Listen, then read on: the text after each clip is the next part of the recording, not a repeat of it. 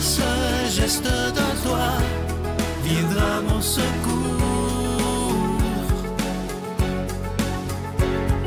Viens semer dans mon âme le grain de l'amour.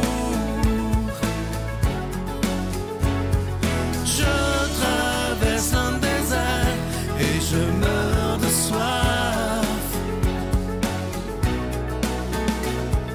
Montre-moi le mystère qui garde la foi.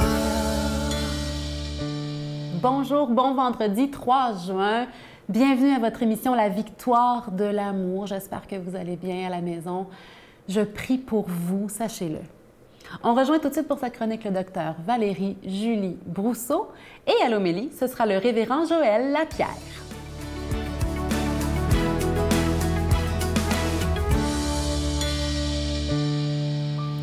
Bonjour, ici Dr Valérie Julie Brousseau avec la chronique Nomade du désert. Aujourd'hui, j'ai envie de vous parler de la veille.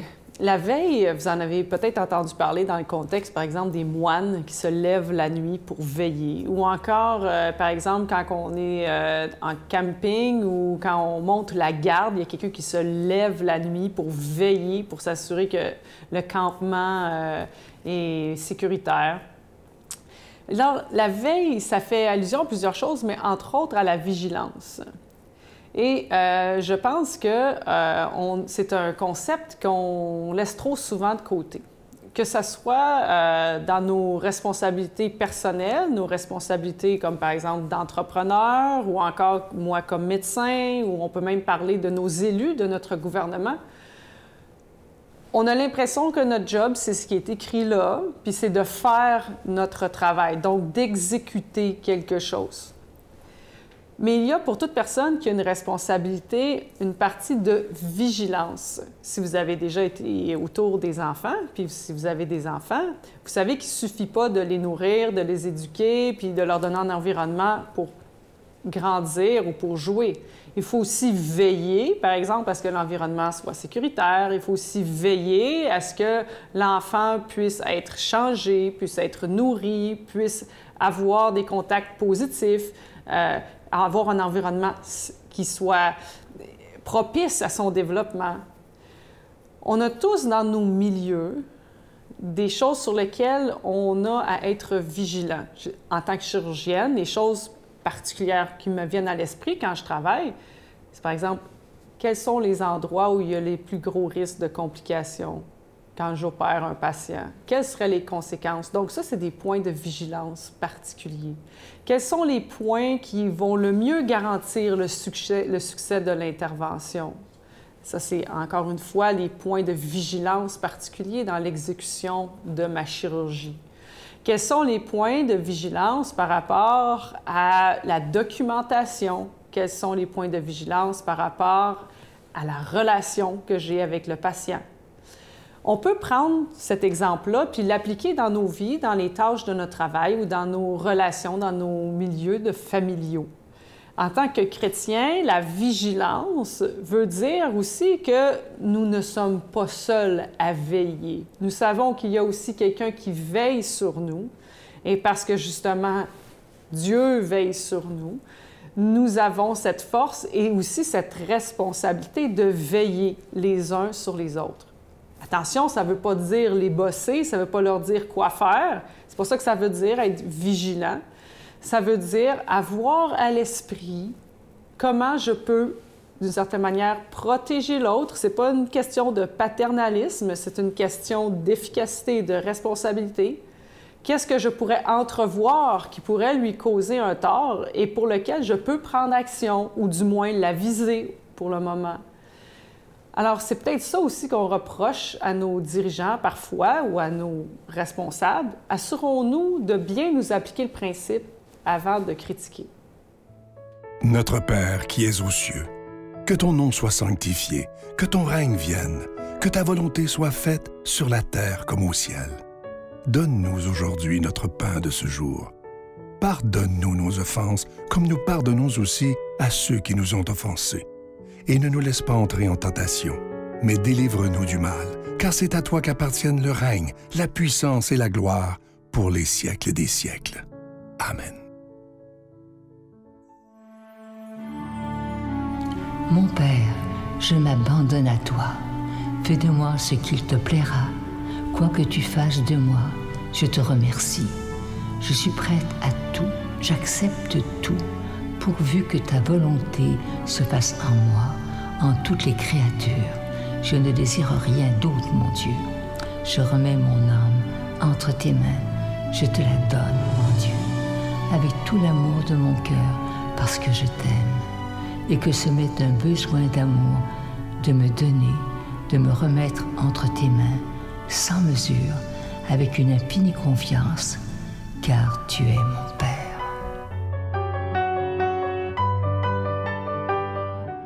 Juste un peu d'amour donné par amour, il n'en faut pas plus pour soulever la vie. Un seul mot d'amour écrit par amour, et le cœur s'emballe et tout est reparti. Pour juin, le cadeau du mois est absolument extraordinaire. Il s'agit du nouveau CD musical du père Michel Marie, 12 magnifiques chansons. Vous pouvez le recevoir avec un don de 25 $ et si vous en voulez 2, pour donner en cadeau avec un don de 40 $. Je t'aime, je t'aime, je t'aime, je t'aime, je t'aime, la vie.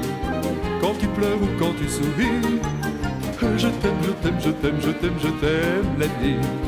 Sur tes beaux jours et sur tes nuits, si le printemps est au rendez-vous, tant mieux pour vous. Mais si l'hiver vous joue des tours un jour sur deux, sous le ciel de Paris, jusqu'au soir vont chanter.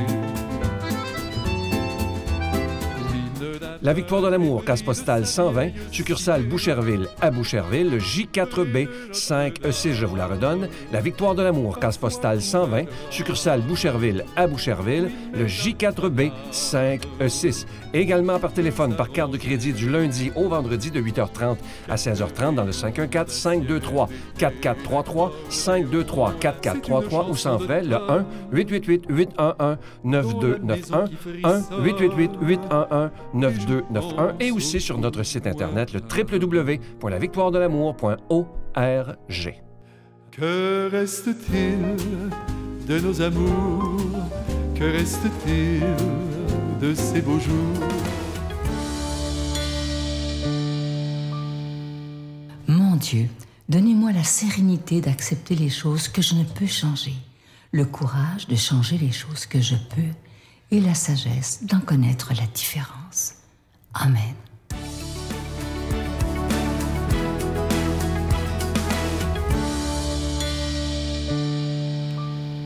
Certainement, comme moi, ça vous est arrivé de vous planter royalement, d'être déçu de vous, d'être frustré contre vous-même ayant déçu quelqu'un d'autre, peut-être avec un sentiment « vont-ils me pardonner ?» des inquiétudes. Et vous savez, le grand apôtre Pierre a vécu ce même phénomène humain d'échec, de ne pas avoir été au rendez-vous dans un moment clé.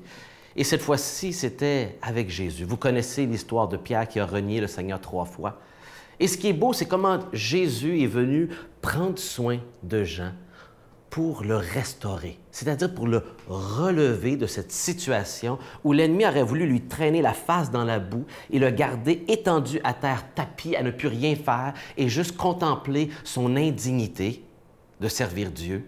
Mais Jésus ne veut pas nous laisser là. Jésus veut nous relever de nos erreurs pour qu'on lui tienne la main, qu'il nous relève à continuer à marcher à sa suite. Il ne demande pas qu'on soit parfait.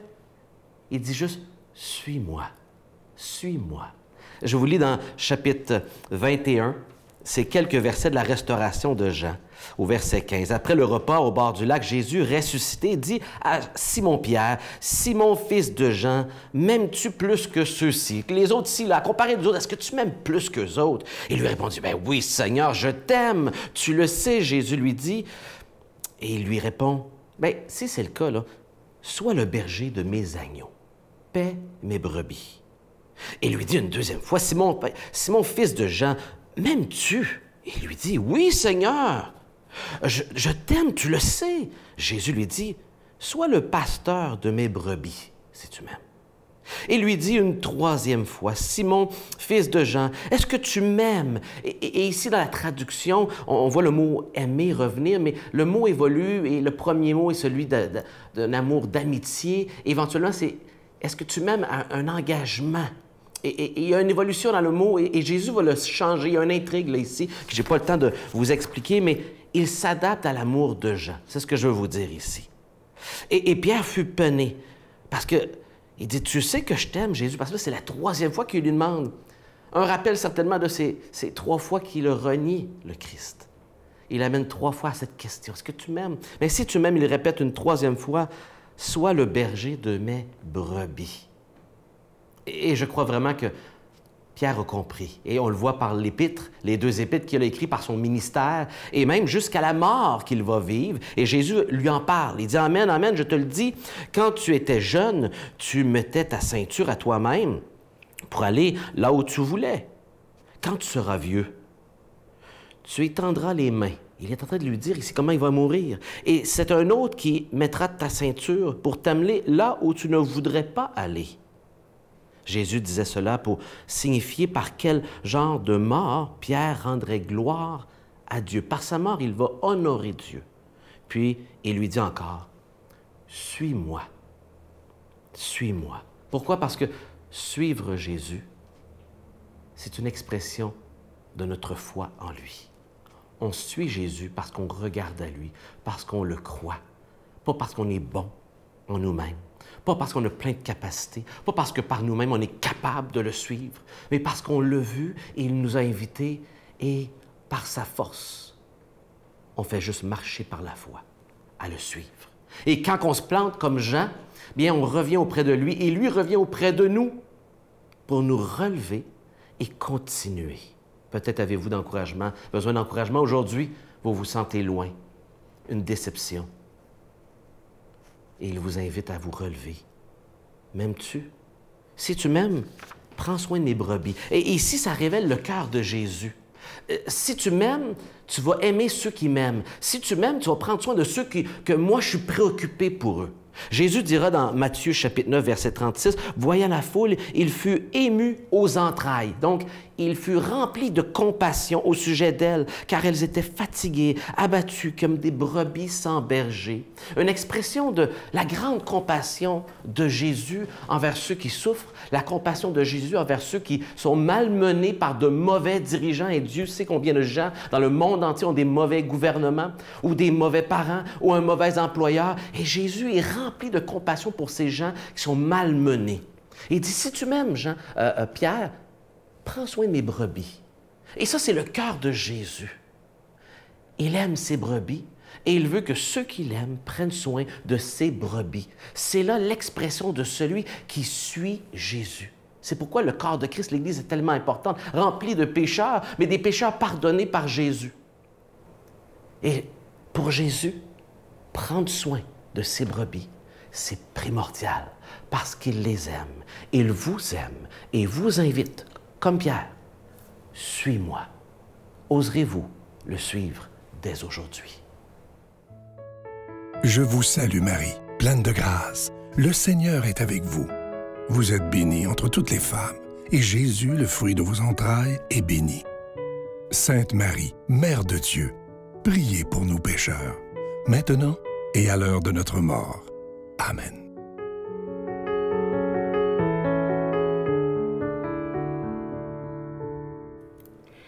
En ce vendredi, au tout début du mois de juin, c'est l'été là, qui approche, qui s'en vient.